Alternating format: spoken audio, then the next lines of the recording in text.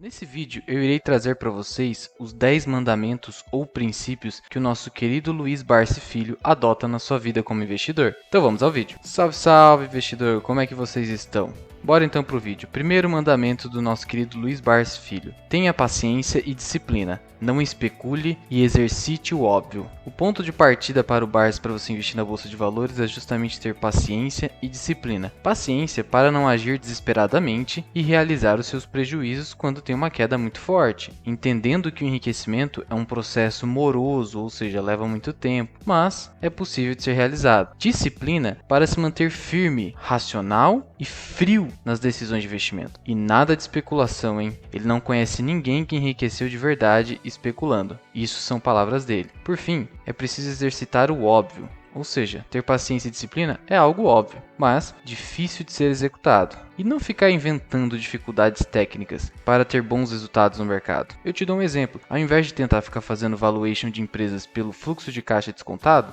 utilize o método Barsi do preço teto, que é muito mais simples e muito mais funcional. Segundo mandamento, seja parceiro das empresas que você investe. Ou seja, não queira ser dono do negócio por inteiro, mas de apenas uma parte. Desapegue desse sentimento de querer ser proprietário das coisas, de empresas, de atividades econômicas. Queira apenas ser um parceiro, um pequeno dono, como diz o Barsi, de um grande projeto empresarial que já existe e que já é promissor, afinal já está na bolsa de valores. O risco nesse caso é menor e as recompensas podem ser generosas no longo prazo. O Barsi aí é a prova viva disso, os dividendos robustos que ele recebe, cerca de 300 milhões de reais por baixo ao ano. Terceiro mandamento, invista em ações brasileiras e evite fundos imobiliários. O mercado de ações brasileiro, ele não é um mercado de risco como muitos dizem, mas de oportunidade, segundo o Barsi.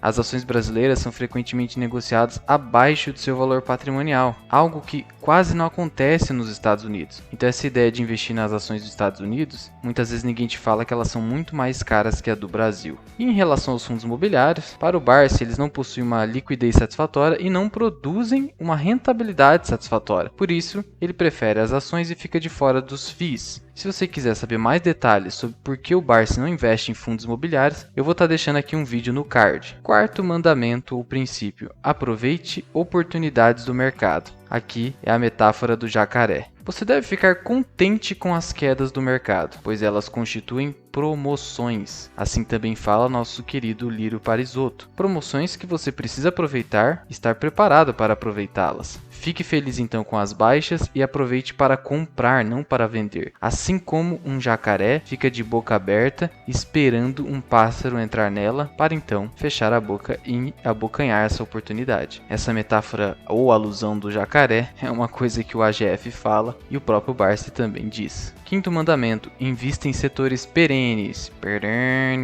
Empresas perenes, não basta o setor ser perene, mas a empresa também, já que empresas do setor aéreo não são perenes, mas o setor é perene. A gente sempre vai precisar de transporte. Por isso, segundo o Barsi, você precisa buscar setores de atividade sem os quais a sociedade humana atual não viveria. É sempre pensando nos tempos atuais. Você não pode pegar uma sociedade de 50, 100 anos atrás e comparar com a atual para dizer se um setor é perene ou não. Então, quais hoje são os setores best ou perenes para o Barsi? Telecomunicações, energia elétrica, setor financeiro ou bancário, saneamento básico e papel e celulose. Aqui ele adora uma Klabinzinha e uma Suzano. Além disso, você precisa procurar empresas com histórico lucrativo e que tenham sido provadas no tempo. Ou seja, procure empresas longas, não empresas que recentemente abriram IPO na bolsa ou acabaram de começar a se consolidar no mercado. É por isso que ele gosta de Klabin, que tem mais de 120 anos, e o próprio Banco do Brasil, que tem mais de 200 anos. Por consequência, você deve fugir de setores com histórico de quebra das empresas. E que setores são esses? Já disse, aéreo, você pega turismo, por exemplo, varejo, esse aqui ele cita muito, tecnologia e etc. Tudo nessa linha aí. Sexto mandamento: não se preocupe com fatores políticos e macroeconômicos, foco na empresa. O que isso significa? Você não deve se preocupar com fatores que você não pode controlar como investidor, como por exemplo, a gestão estatal, ou seja, o que os políticos fazem, com a própria política, além de fatores macroeconômicos, como a alta do dólar ou a alta da taxa de juros. Ou seja, você deve focar no que você pode controlar como um pequeno investidor como nós somos. A exemplo, da própria análise da empresa que você investe. Você não pode controlar, obviamente, o êxito dessa empresa ao longo do tempo, mas você pode controlar a sua decisão. Se você decidiu com base em indicadores de análise fundamentalista e, além disso, comprou a um preço satisfatório, visando no mínimo um yield de 6%, isso você pode controlar. Você tomou a decisão certa. Óbvio que os resultados você não pode controlar, mas a sua decisão, sim. E ficar se preocupando se o Lula vai ganhar, se o Bolsonaro vai ganhar, ou quem quer que seja, isso não vai te dar bons resultados. Afinal, o Barsi comprou o Banco do Brasil antes desses dois políticos entrarem, quando a ação valia 60 centavos e ainda num cenário muito pior, quando o Brasil enfrentava a hiperinflação.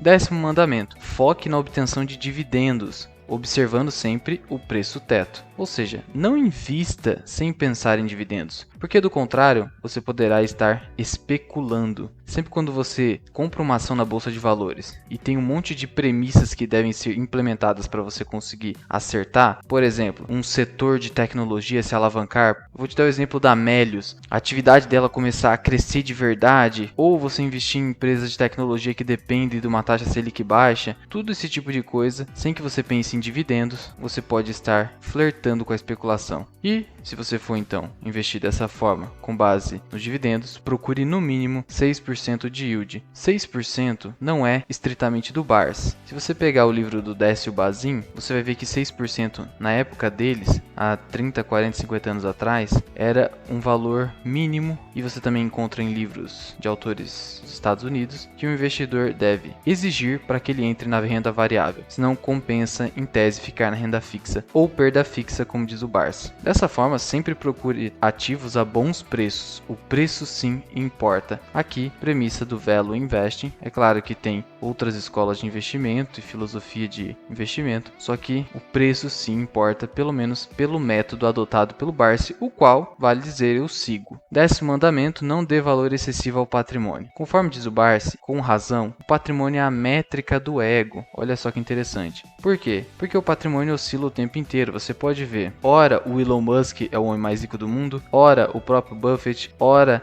o Jeff Bezos, ora o próprio Bill Gates. Por quê? O patrimônio oscila o tempo inteiro. E como diz o Barsi, o patrimônio não paga suas contas, seus boletos do fim do mês. O que paga suas contas? Os rendimentos que são advindos desse patrimônio acumulado, ou seja, o fluxo de caixa que esse patrimônio produz para você, investidor. Esse fluxo de caixa sim paga suas despesas. Foque nisso. E lembra aqui as lições trazidas pelo livro Pai Rico, Pai Pobre, onde o Robert Kiyosaki muito bem demonstra que só são considerados ativos efetivamente para o mundo das finanças, e não estou falando do mundo da contabilidade, tudo aquilo que realmente produz fluxo de caixa. O que não produz, obviamente, não é considerado um ativo, mas um passivo. Dou um exemplo básico. O seu veículo, ele não te produz nenhum rendimento, mas só despesas como impostos, manutenção e etc. 9º mandamento: quando possível, conheça a empresa e os seus gestores. Por isso, deixa eu destacar, se possível, não é algo indispensável, tá certo? Você ir acompanhar a empresa em loco, mas busque conhecer ao menos a gestão da empresa. O Barsi dá muita importância para a gestão,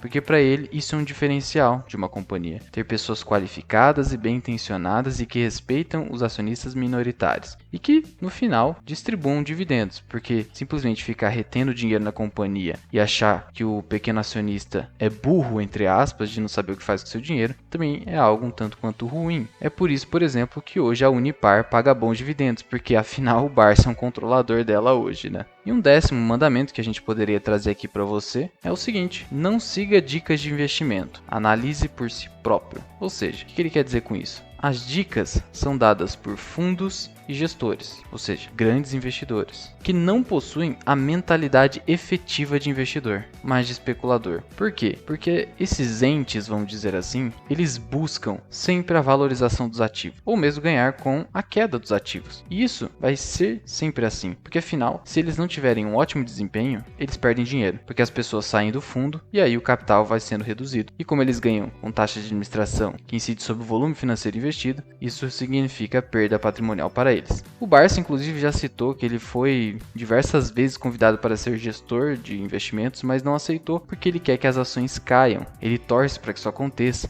Afinal, ele quer comprar mais barato e ir acumulando o mais barato possível para depois obter os frutos oriundos de um bom dividend yield. E aí, finalizando, esses entes só visam ganhos de curto prazo, o que é compatível com o efetivo de investimento, que para o Barsi é justamente torcer pelas quedas, não pelas catástrofes, mas pelas crises, que, igual ele disse, muitas vezes são causadas pelos governantes, como aconteceu no governo Dilma, e ele aproveitou para comprar muito. E pessoal, esses mandamentos aqui que eu trouxe para você é uma síntese dos princípios adotados pelo Barsi como investidor. Você não vai encontrar aí eles elencados em uma lista ou em um único vídeo. Você vai encontrar de forma esparsa por diversas lives, entrevistas do Barsi, mesmo textos da internet. E eu fiz o trabalho aqui para você de reunir essas informações e facilitar a sua vida e tempo, porque a gente sabe o quanto tempo é precioso. É isso então, pessoal. Muito obrigado por ter me acompanhado até aqui. Eu sou o Luan, esse aqui é o canal Mirai Investing. Até o próximo vídeo. Fui!